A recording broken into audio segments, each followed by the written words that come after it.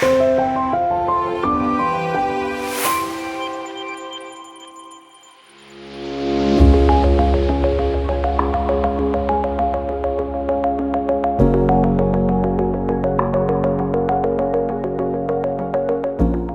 piacciono le tartarughe di terra? Vorreste tenerle in casa in un appartamento e vorreste avere i consigli corretti? Beh, il consiglio corretto forse è proprio di non prenderla per tenerla in un appartamento. Le tartarughe sono animali che hanno una crescita molto più lenta di come siamo abituati a vedere nei mammiferi. Quindi è molto più difficile vedere gli errori che commettiamo. Tenere una tartaruga in un appartamento è praticamente impossibile. Possiamo farla sopravvivere in un appartamento all'interno di un terrario, ma non potremo mai farla vivere correttamente. Una tartaruga ha bisogno di camminare e quindi ha bisogno di spazio, ma soprattutto per le nostre case, se non abbiamo un grandissimo giardino da offrirgli, siamo costretti a doverle portare giù a camminare e quindi serve tempo, che è un altro aspetto molto difficile da poter offrire.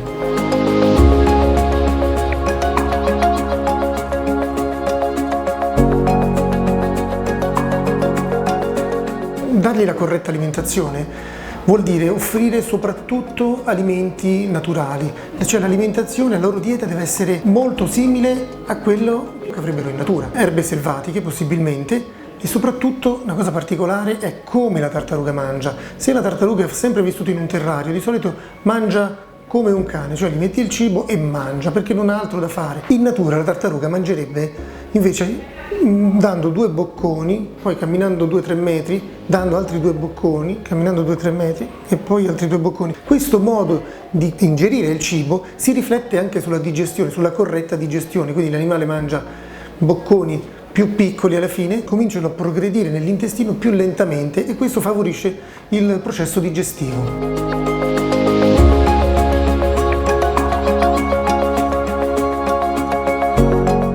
Per quanto riguarda l'alimentazione della testuggine mediterranea, quindi in genere ci riferiamo alla testudo ermanni, alla testudo marginata, alla testudo sfieldi, alla testudo greca, sono tutte tartarughe che bene o male vivono nell'areale per appunto mediterraneo e che quindi risentono di quella che è il clima del nostro territorio, motivo per cui spesso e volentieri in visita dobbiamo chiarire determinati aspetti. Uno di questi sicuramente è l'aspetto che riguarda l'alimentazione. C'è molta confusione a riguardo, anche quando parliamo con i clienti eccetera, vediamo che spesso e volentieri tendiamo a dare a questi animali degli alimenti che gli piacciono molto, ma in genere questo non significa che questi alimenti facciano bene.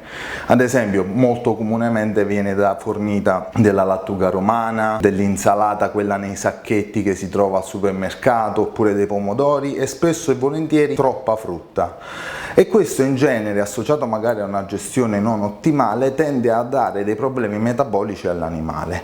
In realtà il trucco per avere l'alimentazione migliore per questi animali è quella più semplice, quella che per l'appunto troverebbero fuori in campagna, perché è lì che questi animali vivono, motivo per cui dovremo andare a cercare tutte quelle erbe con le foglie scure, un po' più piccole, magari anche il tarassa con le cicorie selvatiche, sono tutte delle cose che facilmente possiamo trovare anche nei giardini, che però sono sicuramente molto più vicine all'alimentazione che queste tartarughe troverebbero in natura. Evitiamo di andare su delle verdure come per l'appunto la lattuga romana, l'iceberg, che noi vediamo che questi animali mangiano con foga perché effettivamente hanno un sapore più dolciastro rispetto alle altre, che però non sono bilanciate allo stesso modo, specialmente per quanto riguarda il metabolismo del calcio, rispetto per l'appunto alle altre.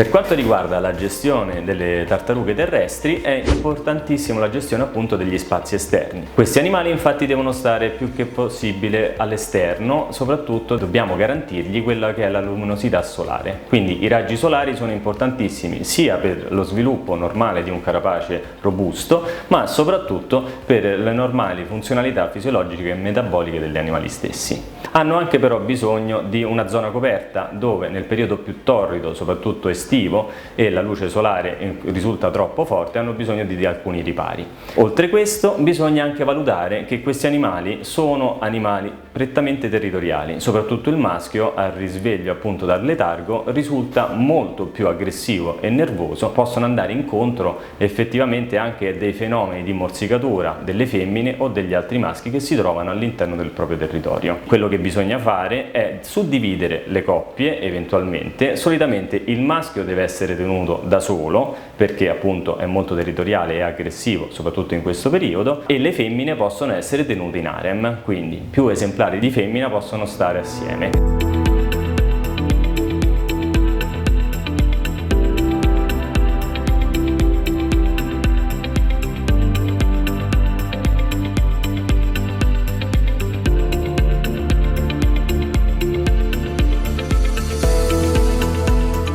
In genere in visita una delle domande più frequenti riguardo questo tipo di animali è sicuramente come affrontare il periodo del letargo.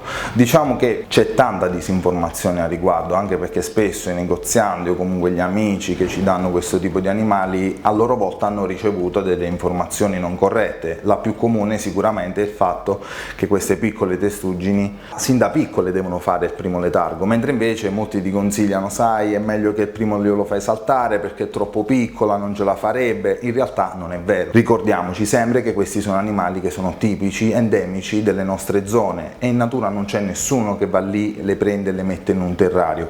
Quindi noi dobbiamo ricordarci che per far sta bene questi animali è importante rispettare la loro etologia, è motivo per cui è importante anche per la loro fisiologia stessa che il letargo venga fatto. Il trucco per un buon letargo è sicuramente la temperatura. La temperatura deve essere una temperatura in modo costante, bassa, perché quello che sicuramente va a danneggiare o comunque è un pericolo per il nostro animale e sono i vari sbalzi di temperatura che purtroppo, specialmente in una regione come il Lazio, spesso e volentieri durante l'inverno abbiamo. Quindi assicurarci di avere un posto che rimane in modo costante freddo è sicuramente un modo per evitare che il sistema immunitario del nostro animale venga messo a dura prova. Un'altra cosa sicuramente fondamentale è pesare il nostro animale, specialmente prima del letargo, e fare una visita dal vostro veterinario di fiducia per affrontare la problematica eventuale dei parassiti. Mandare in letargo una tartaruga con eventuali parassiti intestinali può essere ovviamente un problema, motivo per cui in genere noi tendiamo sempre a consigliare di fare una visita pre-letargo con almeno un mese di anticipo, quindi tra settembre e ottobre sarebbe l'ideale, in modo che nel caso in cui fosse necessario fare un trattamento antiparassitario abbiamo il tempo per poterlo fare, e una visita sicuramente quando l'animale si sveglia, quindi in primavera, per assicurarci che effettivamente il letargo non abbia portato delle problematiche al nostro animale.